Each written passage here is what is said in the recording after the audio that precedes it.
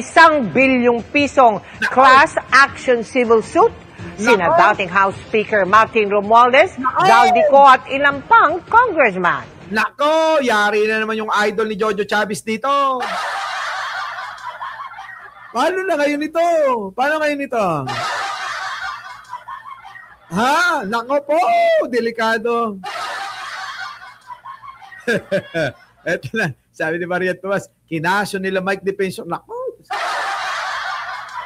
hirap talaga, no? Mga kababayan, ano? Ito naman sila Mike Defensor. Hoy, Mike Defensor, epal ka naman ng epal. Iniipalan mo ng iniipalan tong magtropa, no? Sige. Ang mga humingi ng danyos, mga naperwisyo umano ng mga baha sa Quezon City dahil sa hindi umano maayos na flood control projects. Nako. Nakatutok si Dano Tingkungko. Eto na. Kung lahat na lang ho mga kababayan ng mga nasalanta ng mga baha, tayo, kami sa Bulacan eh. Oo, siguro pwede na rin sampan si si Villanueva. Kung marami tayo dyan sa Bulacan, sampan natin si Villanueva. Para naman para ipagawa niya yung mga nasirang mga kagamitan natin, yung mga bahay natin, na hindi na ho nawawala ang tubig, dapat pagawayan ng mga Villanueva eh. Hindi lang ho nila Martin Romualdez.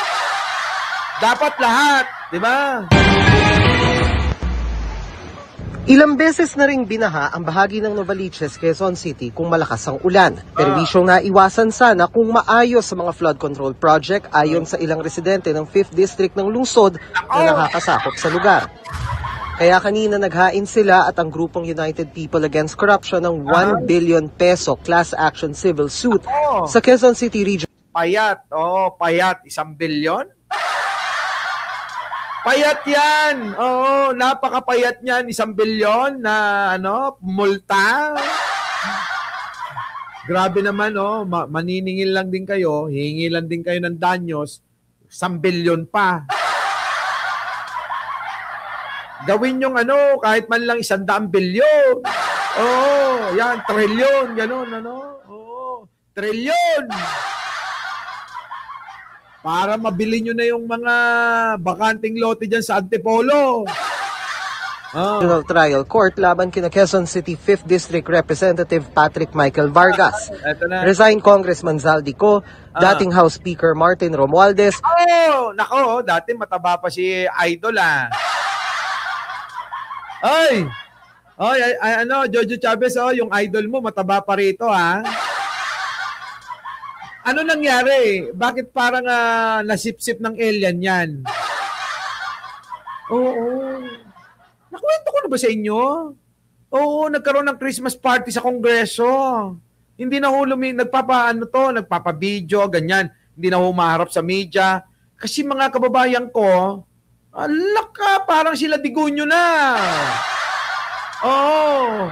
Parang si Zaldico, namamayat.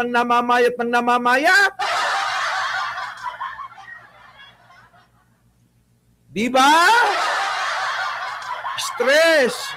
Oo, yan ang nga sinasabi ko kasi ayaw makinig sa payo ko na tama na yung tama.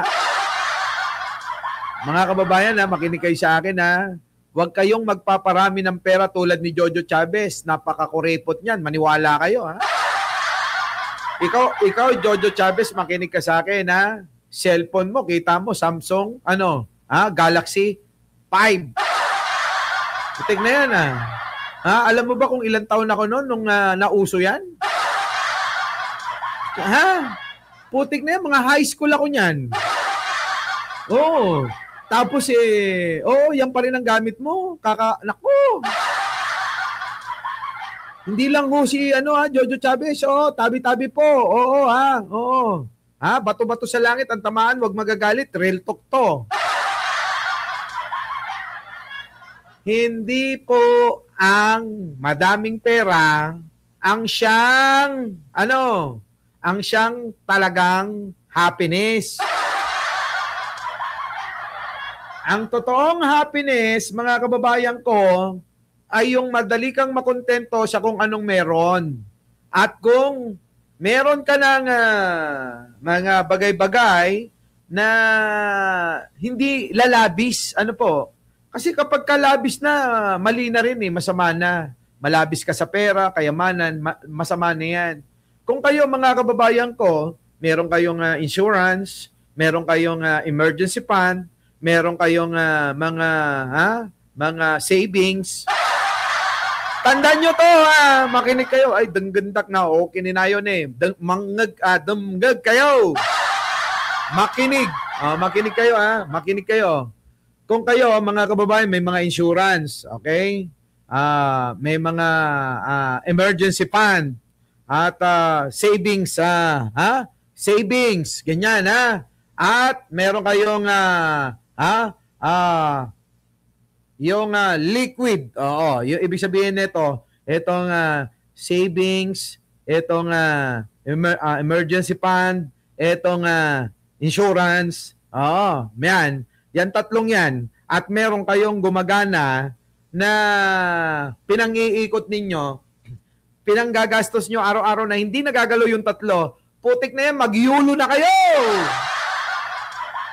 Alam nyo ibig sabihin ng yulo? You only live once, kunada. Yaan ang tunay na yulo kapag ka may ganun ka na. Di ba? Bergie? Ito kapag ka meron kang insurance policy, matay ka, pwede na rin yung St. Peter.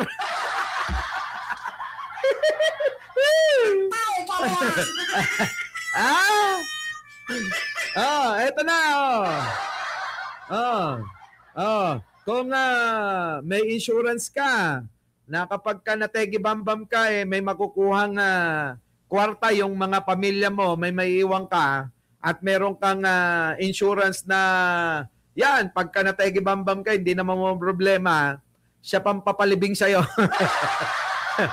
Yan, Tapos, kung ikaw naman, meron kang emergency fund. Iba yan, ibig sabihin ang pondo na yan, pang-emergency mo yan. Halimbawa, na-hospital ka, ganyan, na-hospital ang membro ng pamilya, may mahuhugot ka.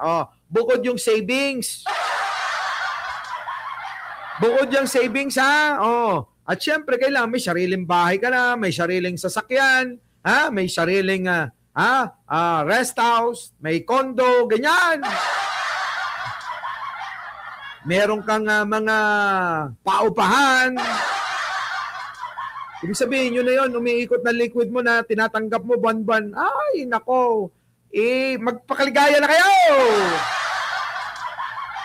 Kung kayo single, nako, ratsyada. Beng-bang dito, beng-bang doon. Magpa-beng-bang dito, magpa-beng-bang doon. Okay lang yan. Ayos ba? Ganun po ang buhay. Kailangan lagi masaya. Kung wala kayo noon, wala kayong karapatang mag-yolo-yolo. Ay, okay ninayo. Kugta-kugtarang kayo. Turo ko yan sa lahat ng panganay ko. Sabi ko sa mga panganay ko, kininayo agyolo-yolo kayo to, mababo yo, atoy, ata. Kininayo, sabi ng bunso ko, okay lang, daddy, marami naman ako mamanahin sa'yo. Sabi ko naman, wala kang mamanahin yan, do-donate ko lahat yan, doon. Saan? Sa bahay ampunan. Kung i-donate mo doon, di magpapaampon na lang din ako doon. Kuna naman!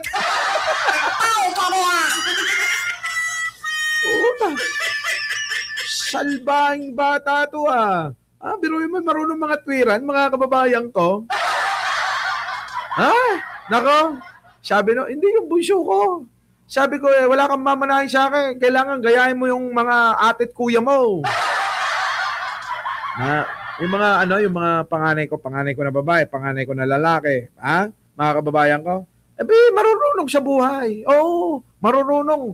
May kanya-kanya ng negosyo Minsan itatawagan ako, daddy, baka kailangan mo ng pera, magsabi ka lang.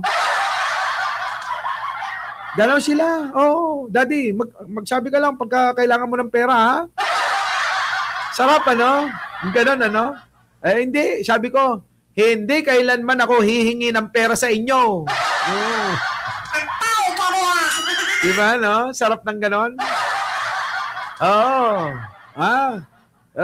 Daddy, baka lang, baka kinakapos ka dyan sa mga pambababae mo. Spoiled pa ako, mga kababayan, ha? Sabi ba naman nung panganay ko babae, daddy, baka lang naman, kinakapos ka sa pambababae mo. Salbag ka, kung na, sorry, ako ang binabayaran.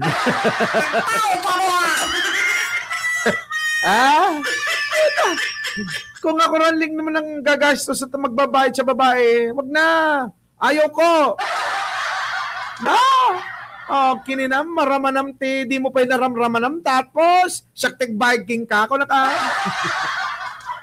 Di ba, no? Uy, kapag kami pagmamalaki kayo, pagmalaki nyo.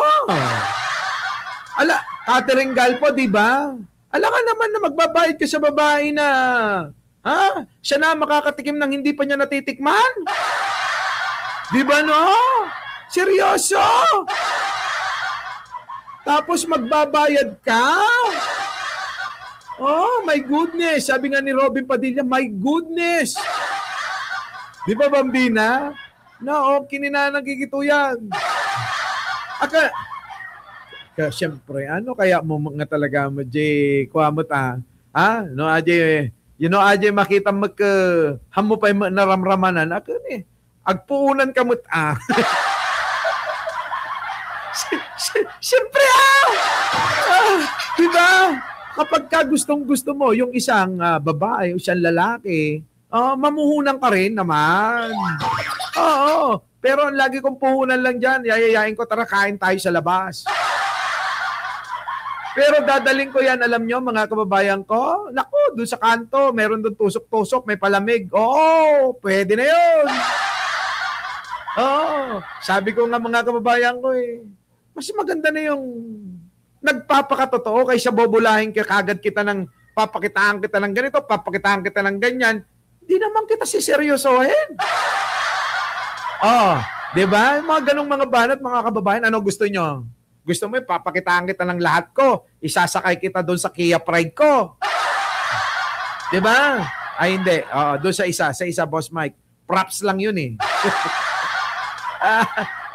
isasakay kita doon sa mga sports car ko na nakapila. Ganon ang gusto mo.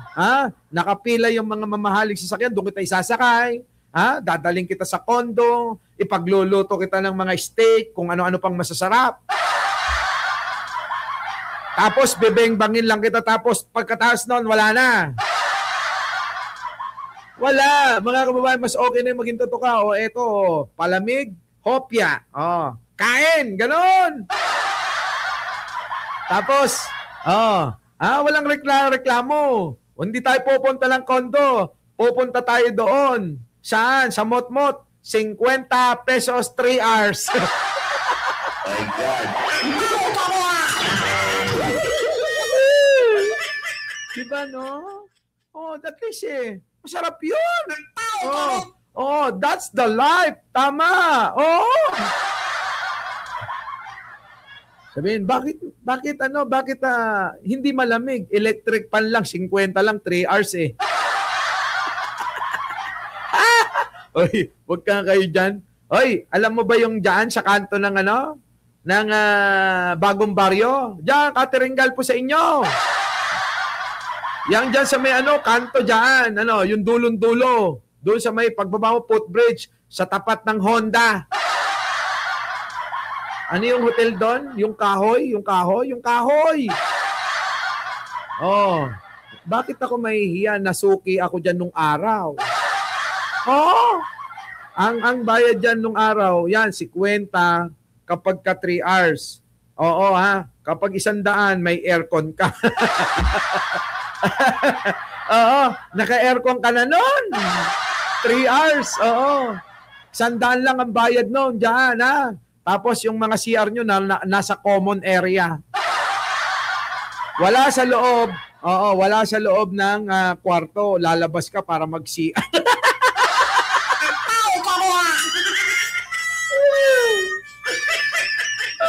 Di ba, no? Oo. Ay, syempre. Mga tingati ka dyan. Oo. Eto na. Pero etong mga ito, tignan nyo mga kababayan ko na. Dito na nga tayo. Ang problema, Boss Mike, binibigyan mo na kami ng mga... Oo. Ano pa nga ba? Ako na last era na. Siya ko ba, Boss Mike? Mga 2009. Ay, wala. Yung mga 90s, ganyan. Yung mga 1995, 1996, 1997. Nakaw! Sabi ko sa iyo, yung Avenida, ang dami diyan. Oh, dami diyan. Oh, relate yung mga yan, oh. Huwag nga kayong magkunwari, no? Magpakatotoo tayo. Huwag kayong magkunwari, masama yan. Social sa Santa Mesa, medyo social na diyan. Oo. Kapag ka sa Santa Mesa, yung mga dinadala dyan, yung mga siseryosohin na. Pagka yung mga 50, yung mga siya 100, yung yung tikiman lang, ganun. Di ba no? Aminin nyo. Aminin nyo. Masarap yung ganun. Lami kaayo ba? Lami kaayo. Eto na! Kayo, nagkukunwari pa kayo. Eto na. Priscilla, Ramasamy. Naalala mo pa ba? Ang mga motel sa Avenida. Dati-rati pasimple pa. Papasok din naman sila. Di ba, no? Pasimple pa sila, mga kababayan. Papasok din naman, eh. Kunyari, lakad-lakad lang ng gano'n, no? Kunyari, mabilis ang lakad, tapos tingin dito, tingin doon. Tapos biglang, dito na! Ay! Naalala ko yung mga kabataan natin, Masarap talagang alalahanin yun. Oo! Masarap, oo. Diyan sa Malabon, sa may MacArthur, marami diyan. Bukas pa yata yung Maski, nako. Ito na. Itong idol nyo, makukulong na siguro to. At mga John Doe na engineer at tauhan ng DPWH sa District 5, Quezon City. Binanggit nila sa reklamo ang datos mula sa Philippine Center for Investigative Journalism o PCIJ na umabot sa 2.85 billion pesos ang inilaang pondo sa mga proyekto kontrabaha sa Quezon City mula 2023 hanggang 2025. Kaubuan talaga ang plano namin. Nauna lang po talaga na makakalap ng matibay na ebidensya dito So sige, tuloy nyo na yan! sa distrito ng Quezon City. Pero still, dapat ang Bulacan din po sa mga project nila na kitang-kita naman, yung mga project na hindi natapos. Ang pinakamatibay na ebidensya ay ano yung damage sa tao. Ibaan niya ito sa mga kasong kriminal na inihain na laban sa ombudsman na bagamat may civil liability ay walang ibabayad sa mga tao. Ang hinihingi nila sa kanilang civil case, danyos o bayad sa mga naperwisyo ng baha sa district.